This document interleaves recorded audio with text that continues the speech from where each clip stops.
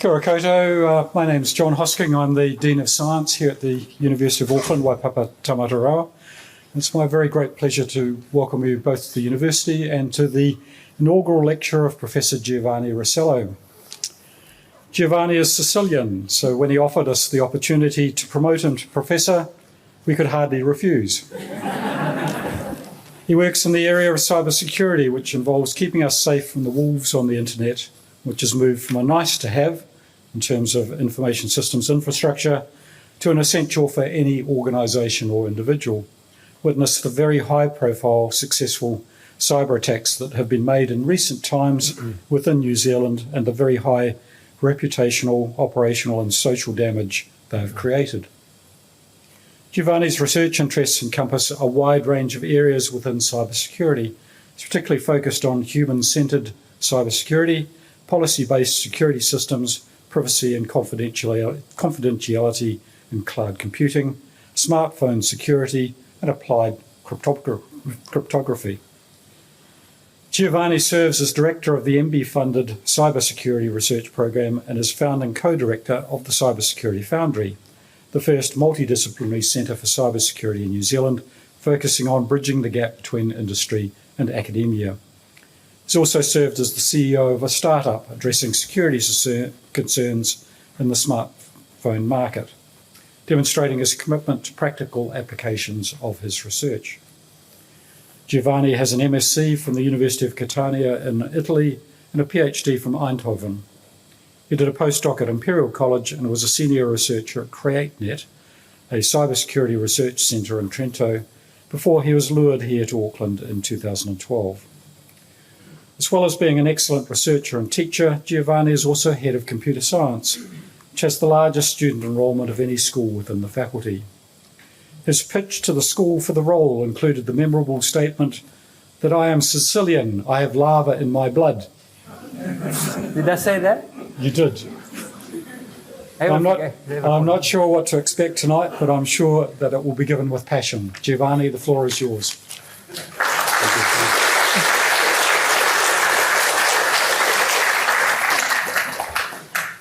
Tēnā John, thank you very much for the nice words introduction. I mean, it's a bit ironic that, to keep you safe, you need a Sicilian, but I think that's what you got, I assume. Yeah, run now.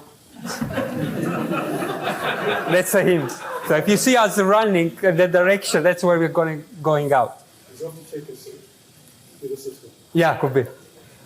Okay, so I have to say that it was really difficult for me to prepare these slides. I really didn't know what to put there. And I would like basically to steal a quote from a cybersecurity cybersecurity expert, actually, not a researcher. So with this person we're talking with, we organized an event last year. I think Stephen was there as well. And basically this person said, working in cybersecurity in New Zealand is like being plumber. You can make a lot of money, but you need to dig for a lot of sheep every day. He didn't say sheep, but of course I think you can guess what he said. And then I think he moved to Australia. So basically I could stop this lecture here. I mean, this will be the shortest, I think, inaugural lecture. But given that you have made the effort to coming along and we paid for the wine, I think it will be good that you let me elaborate a bit more, maybe for the next hour or so. Okay, so, we operate and we work, we live in a very complex landscape, right? And when we talk about all the digital systems around us, we're not dealing with the small systems anymore. We like to design something that is very simple and functional, and then through time we increase the complexity. And the more you increase the complexity, basically, the more vulnerable that your system might become, or more difficult to maintain. I'm basically coming from Sicily, so there is a lot of Greek influence there, so you might guess where this is coming from. So, but this is what humans do, right? We like to, start from a kind of a baseline and then try to make things more interesting and complex. So, and also like the kind of device that nowadays we use are not simple anymore. So, space shuttle, So to bring people in orbit and back safely, 400,000 line of code. And this in 87. In 87. I don't know even how to count anymore. 87. 20 years later, when we got the first iPhone, 10 millions of line of code. So huge increase, 25 times more code, which means more complexity, more difficult to maintain, more vulnerabilities, and more job for me, more work for me. And if you are basically kind of wondering how many line of code your smart fridge has, around 100,000, and you can basically, through a smart fridge, you can also run attacks. So Samsung smart fridge basically was used for launching a denial of service attack. So everything around you actually can be used against you. So it's as long as it's running software or code and is attached or connected to the internet, can be vulnerable and can be exploited. So, I'm an academic, so I like definitions, or more or less. I should. And so, I would like to define kind of in a short way what cybersecurity is, because otherwise going ahead with this discussion will make no sense. And as you do what you do, you ask basically ChatGPT what cybersecurity is. And this, I hope, is the correct answer. I think it still makes sense, although people are saying it's getting stupider, while it's basically handling more questions from us. Anyway, so cybersecurity basically is a kind of a set of activities that try to protect, let's say, a computer system, networks, software, any kind of digital assets you might have. And the protection is against the digital attacks, right? So we're not thinking about attacks like, stealing your laptop on the physical side. Unauthorized access, for instance, or damage or theft that you can perpetrate through a digital way. Plus, you have to have some kind of goal. So what you try to achieve here. So, the goals for cybersecurity is basically try to make sure that you have confidentiality, integrity, availability. They also have a mechanism for authenticating, authorizing your users, because for this, then you can control what they can do. You have also to maintain some kind of no reputation systems, because you want to make sure that if someone does something, then they cannot say, oh, it was not me, HR loves this, actually, but I would love these kind of tools. Resilience, security awareness, so you want to train your people. And if this is not enough, you have also to be aware about new vulnerabilities that are in your system, threats, and also be response ready. If something happens, what is your plan? What you're going to do, right? You're going to plug your server from the power. You're going to shut down if you're under attack, or you're going to do some kind of logging or not. So you need to have a plan. And so I'm already tired, exhausted by telling all these activities, right? But the thing is that for cybersecurity, you need to maintain all of these 24 hours a day, 7 days a week, 365 days. I'm completely out of this place. A year, right? So basically, it's a continuous process. You cannot stop. It's not like being a software engineer, and I'm going to basically hammer software engineers tonight, because that's what I do. So, you're not like somebody does 8 to 5, close the door, go home, and who cares, right? So you have to be always there. It's like fireplace, emergency services. You have to be always available and ready to, because something can go wrong. Basically, the bad guys never sleep. That's the approach. Okay, so it's like as I said, exhausting, and it's a continuous investment. So you have to invest in tools. So it's not like buy your latest, because in a month it's software tool, whatever, it's gonna be replaced by something better. So you need to keep investing on that, and you need also to keep investing in people, right? Because people are gonna be your key investment, actually, because it's where you are gonna, they need to use the tools, but also understand your organization. And if they leave, they're gonna leave with them a lot of knowledge. And replacing them, it's very difficult, if not impossible sometimes. So when you think about that, it's basically a growing cost, especially if you are an organization. It's always going that way. So you have to spend more and more and more. Maintaining a kind of a stable state is very, very difficult. Okay, so it's expensive, it's very difficult, no, you need to have a specialized knowledge, and costs a lot of money. And on top of all this, it's not a real feature. When was the last time that you bought a device or piece of software just because it was more secure than anything else, or anything out there, or anything of the other options that were available? Yeah, so that's one of the main problems. Selling, so unless basically we're talking about specialized kind of tools or software, right? I mean, firewall or any other kind of identity management or whatever, like tools that are specialized for doing cybersecurity in an organization. Except for that, I mean, all the rest, which is a very small portion, all the rest is, you look for the look and feel, right? I mean, and whatnot. So, and even if you are one of those few people that are basically, looking for, a secure feature in whatever you're going to buy. I mean, your smartphone, your phone, or your smartwatch. Measuring cybersecurity is difficult. It's difficult because it's not a finite quantity. It evolves all the time. It's more like a sliding window you have to consider. Plus, you need to be an expert. I mean, you're going to ask Apple to give the software of the operating system and going to check line by line. Yeah, good luck doing 10 millions of line, right? So, or you have to rely on someone else, or you have to rely until basically something went wrong and they say, oh, I'm not going to use that stuff anymore. I'm not going to buy because something went wrong with that. So it's very, very difficult to kind of to deal with the cybersecurity in general. And then again to the software engineers. So usually cybersecurity is considered as a kind of an afterthought, something that you can add later on, right? So for the moment, let's try to implement as quickly as possible and release, in case we can patch it later, right?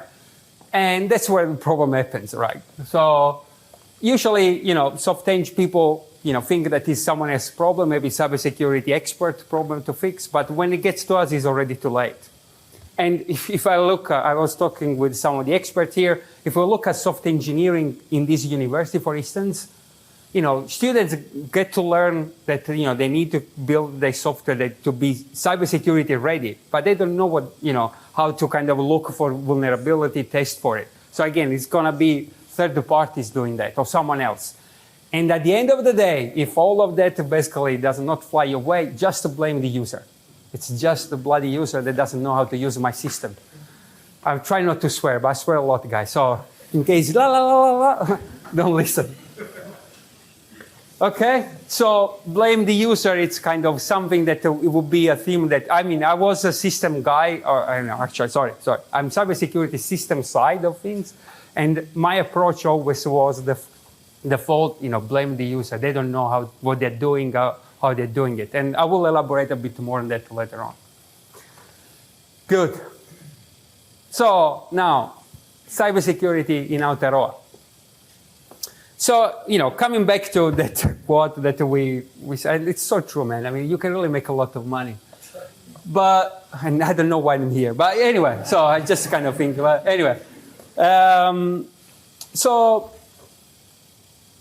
This is a small country. We have very limited resources. And this is something that I keep hammering over and over and talking with the people. So we need to be really kind of smart in the way we deploy our resources. We need to try to avoid to replicate, to several group of people, they don't talk to each other, do the same thing over and over.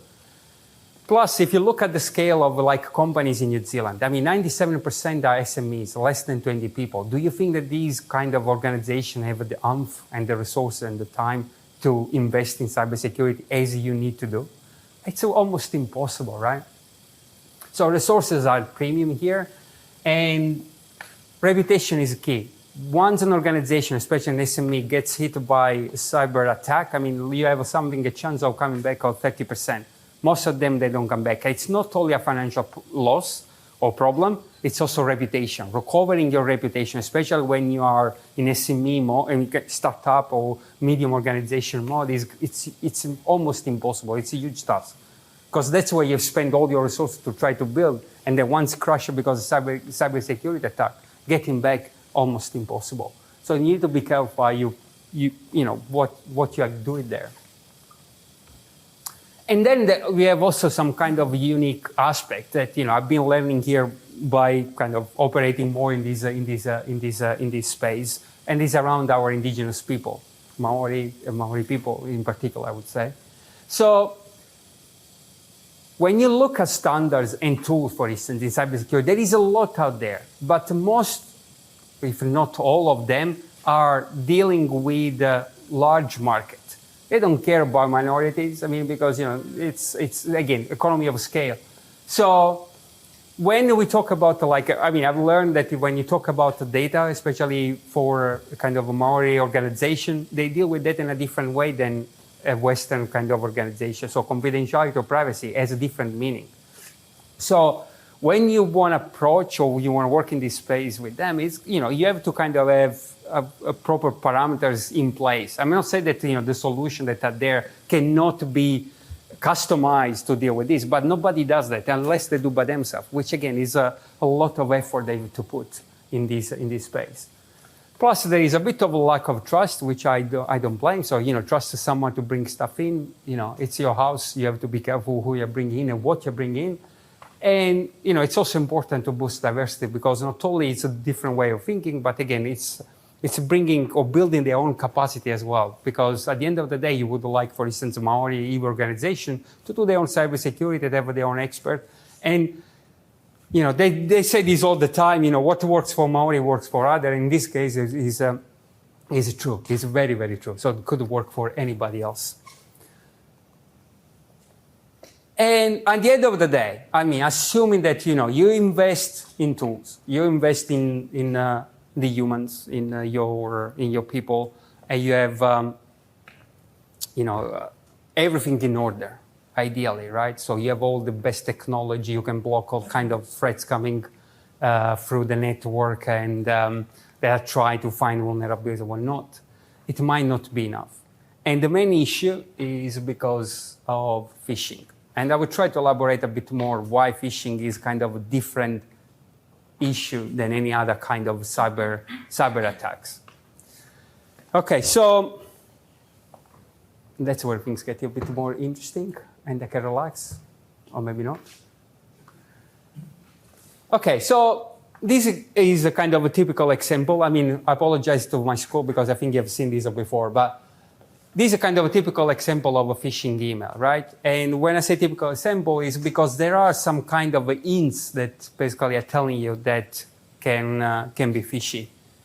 So, can you guys see? No. So, for instance, there is the sender address that basically look like a semi-legit, but it might be not. It seems coming from a company that you have never heard before. It seems .com, yeah, pretty good. There is a general salutation, like dear customer, dear user. So it's not specific to David, John, Cassandra. So it's kind of a bit general. And then if you read the text in the body of the email, basically it's try to push the user to do something. Otherwise, something bad can happen to you or something that you care about.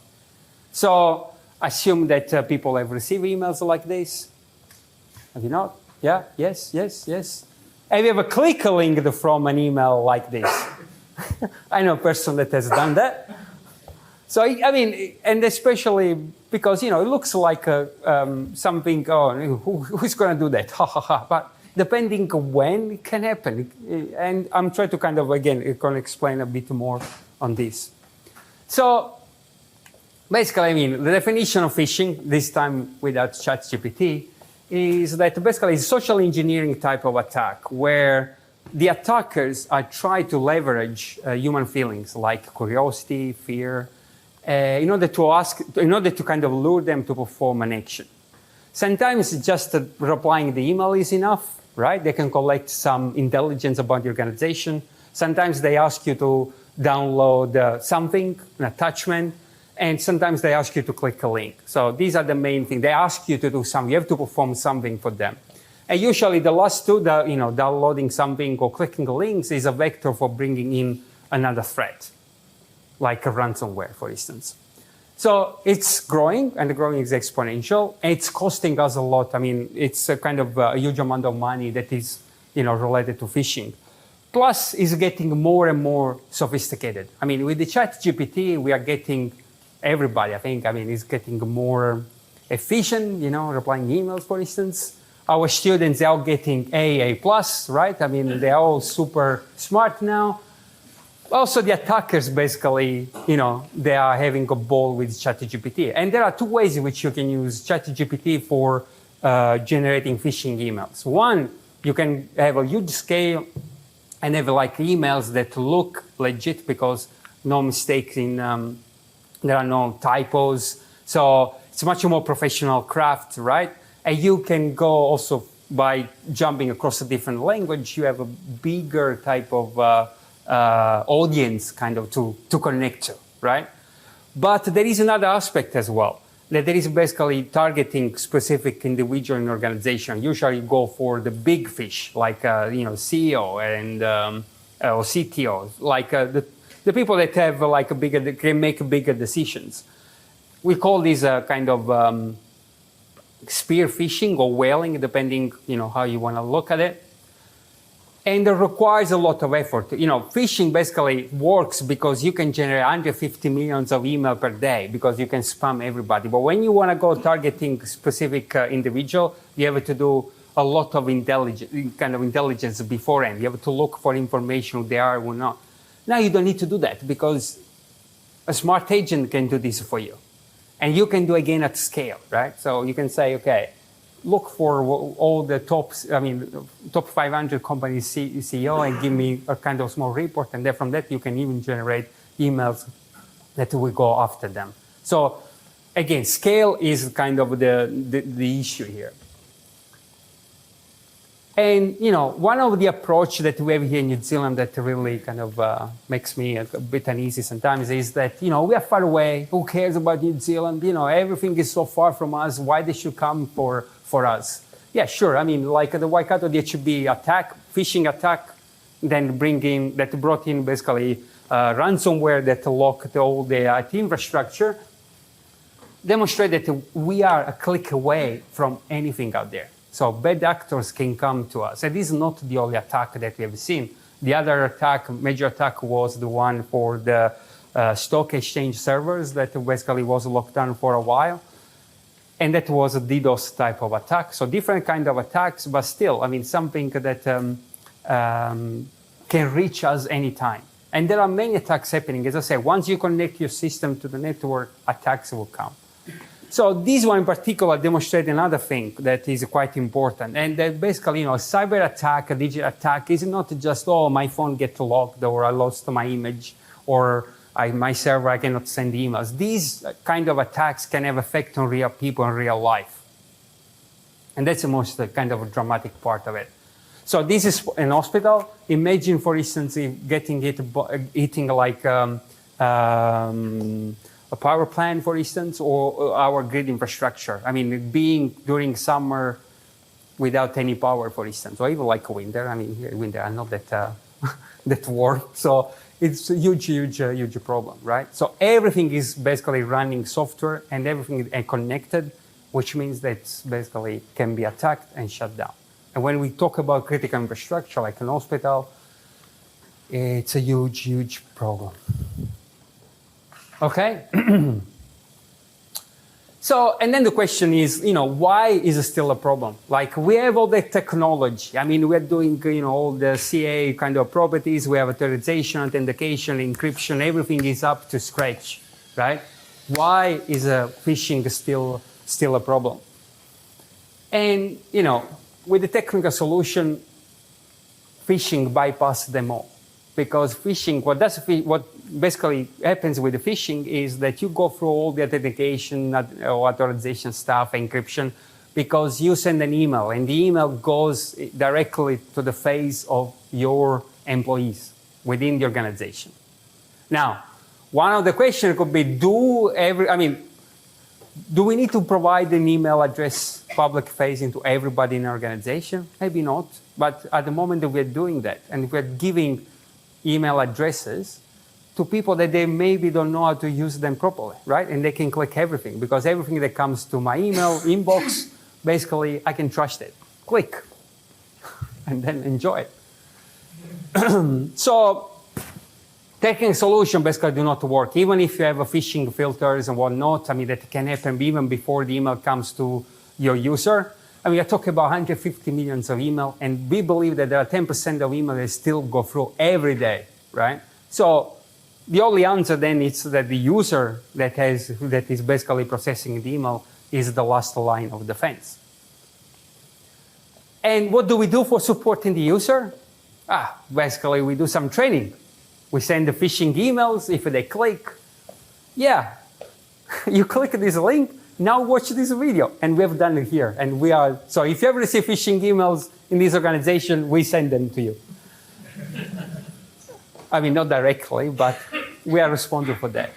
So, there are a lot of options for training the user to be security awareness about phishing or not. The main problem is that, like, here say 54, but the last number was 65% of organizations that were hit by successful phishing attack, they run a phishing training. So basically, training is not working. Actually, I think, you might kind of make people angry. So I'm going to click everything. So I like those videos. Send me more.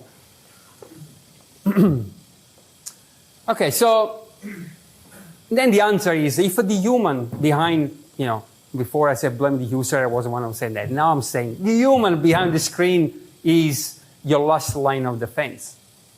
What makes them more susceptible or less susceptible to phishing? What are the variables? What's happening in their mind when they click on the link or when they're reading the email before clicking the link? I mean, okay, maybe the mind is a big deal there, but what is the kind of cognitive status, for instance? And that's what we're trying to understand. And to do that, I'm going to use a kind of small analogy here that is not mine. This is from Danielle Lotridge. We did part of this presentation together, and this will be her part, and she does an excellent job, so I don't do that. So this is a car 100 years ago. So usually when they were taking a corner, not that fast, they were kind of rolling on the roof or turtle, right? Nowadays, it's a bit more difficult. I mean, you can still do it. I mean, I can. I've never done it, but I can. So, you can still go on the roof of the car or put your car over a roof, but it's not happening that often. And I was already kind of messing up the joke here. Not the joke, but why is that? Why cars, and we don't see that many cars over their roof? Is it because we have better drivers, or because we have better cars design? So who would say A? Nobody. You guys are still listening. Oh, amazing. So who says B? Good. Yeah. You all pass without even ChatGPT. Oh, are you using ChatGPT? No. Anyway, so basically, if you look at our cars nowadays, and you don't need to have super expensive models, like a Tesla or not, there is much more support around the use. I mean, we start from the cameras. I mean, hitting someone going backwards now is much more difficult. You can still do it, but you have cameras, you have a lot of extra cameras around you. You have the car can self-correct you, or if you are departing the lane, can tell you that something is not happening. There are a bit more advanced cars that can tell you if you are too tired to drive because of the way in which you are using your steering wheel. So there is much more support. Now think about the kind of mail client that we use. I hate Outlook, for instance. If I'm sending an email to someone outside my organization, Outlook, the first thing they tell me, do you want to remove that email address because it's not within your organization? Bloody hell, I've sent this email 100 times to this person. It's possible that you cannot remember that I've sent already this email to this person. So do I need to remove? So I have this kind of alerting message, but I don't read it anymore. Actually, it's very annoying. I would like it to go away, but I cannot remove it. So there is this kind of frustration that the software, by alerting me more and more, is creating to the user. And so I would say that in terms of email client, we are with the cars like 100 years ago. When we go over I know that you love Outlook. You're much better than me, but you're very good with the Microsoft stuff. I've learned stuff from you, yes. So,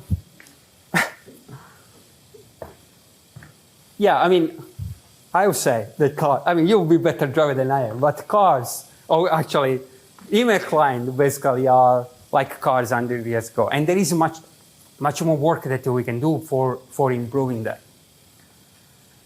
One of the things that I think we are still lacking is, again, understanding some of the process that are going behind, through the user when they are reading the emails. And this could be done if we use more biometrics. So we could read a bit more about, understanding more the status of the user when they are processing their email. And this could help us understanding susceptibility. So which variables basically could be the main driver from a specific user to fall for phishing.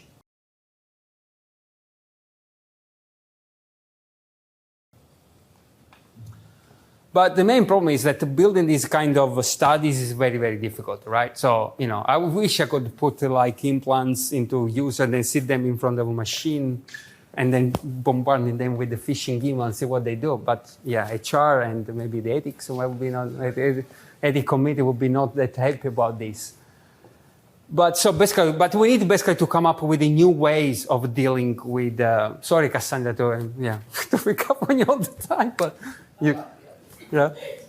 So, building this kind of platform is not easy. Again, phishing, if you want to be realistic, right? Because that's what we want. We want to be as realistic or prototypical as possible. Phishing that comes, with the kind of the frequency that comes to our inbox is not that often, right?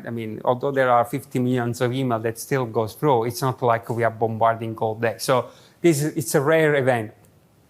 And then what we need also, because we want to make these studies realistic, we need to have a user dealing with their working environment, if we're talking like phishing in an organization. So you want them to dealing with the working environment, not only physical, but also digital environment, right? So they have to feel that they own that inbox and they care for it.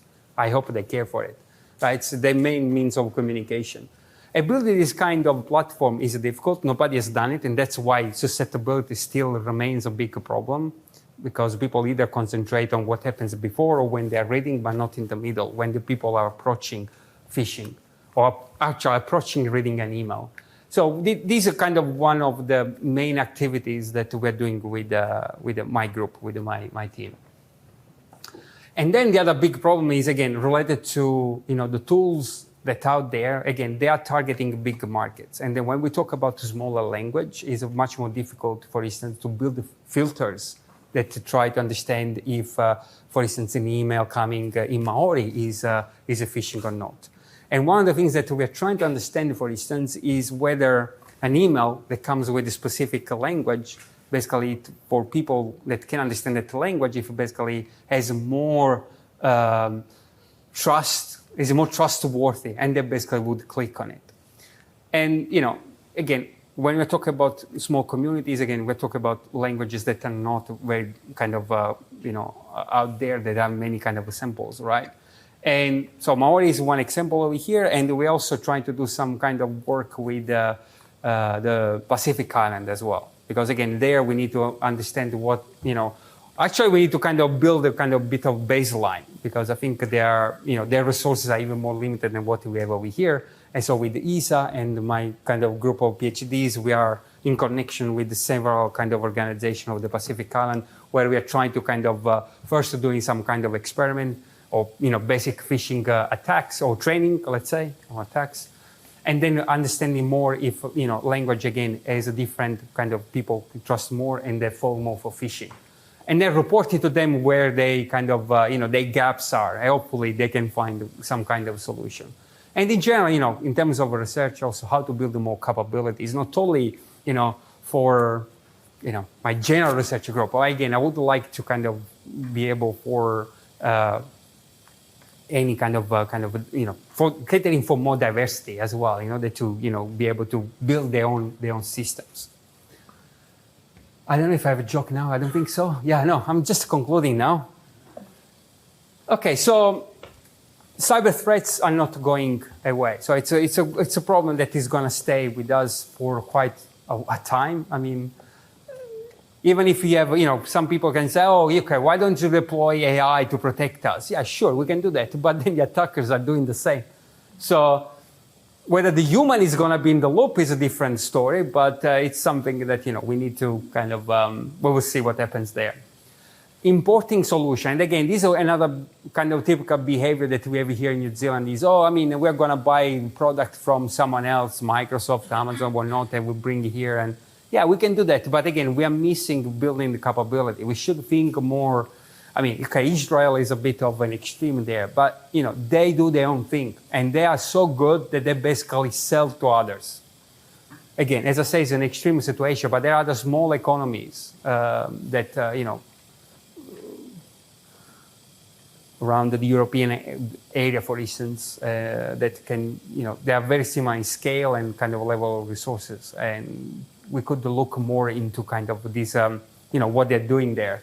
Again, not importing the model, because again, we have to look at, at the kind of specific situation that is happening over here. But there are several kind of initiatives that we could do related to, building capability, building the pipeline. And at the end of the day, so not only we need to build our own, cohort of experts in the country, but also we need to build our own tech, our own technology, that in case also exporting to other in other markets where basically, for instance, they have small communities of indigenous people, for instance, they are not catered at all. And we could, from the lesson learned over here, we could also export these lesson learned in other parts of the world. Okay, so as you can imagine, I don't get any kind of so now. So people can, I don't have white gloves, James, but I think people can still understand. So the, becoming a professor, it's something that it's enough. Being Sicilian, maybe I push myself through it. But if you look at the achievement that I've got during this year, it's not a one kind of person only. So these are thanks to people that have worked together with me. So Yun Singh, Danielle, Robert Bido, Paul Corbalis, all my PhDs over here, they've been super instrumental for, doing all the other work. I just come with the idea. Stephen would say maybe something else, but you have to have some kind of initial ideas, and then let them, ride the bike, and then at one point also starting steering, go in their own direction. Plus, these slides are not very visible, but I also have a good network of people working with me. Stephen is over here. We have also another professor, David Ayers is a professor now. Ian Welsh and Vimal Kumar. So we work on kind of all in cybersecurity from different universities. Been very. I think it's kind of there is some good capabilities over here. I don't know how long we're gonna last, but it's it's something that we are pretty proud of what we have achieved so far. And so I've been this university for 11 years now. So at 4 of these years, I've been the head of the school, which is a smaller school. It's not that big, but it's a couple of time and resources. So I have to thank, first of all my school, the staff member around here that have been supporting me. Being Sicilian, as you say, love in my blood. We had some robust discussion with the most of them. With some of them. And, we understood each other. I think we're growing. But also, I would like to thank all the heads from the other school. There's James there, Jane, Stephen here. They've been very, very supportive. And the dean, of course, because he wrote the, very supportive letter for me to get through. But again, it was an offer that he could not refuse. And, I would like to thank HR, Cassandra, and all the team, and all the people around us that have kind of, around me that have kind of supported me over these years. So, yeah, as I said, it's not my achievement, everybody's achievement, I would say. And, people that know me, usually they see me a bit more energetic, and I apologize apologize if I'm not that energetic tonight because I just slept 3.5 hours. I could say that it was because I was preparing the presentation, but I was not. I was playing slot cards, Scalatrix last night, winning a couple of races, so you get super exciting, full of adrenaline, and you cannot sleep. So this is how I spent the last night. And with this, I conclude. Kia ora. Thank you very much. And if you have any questions.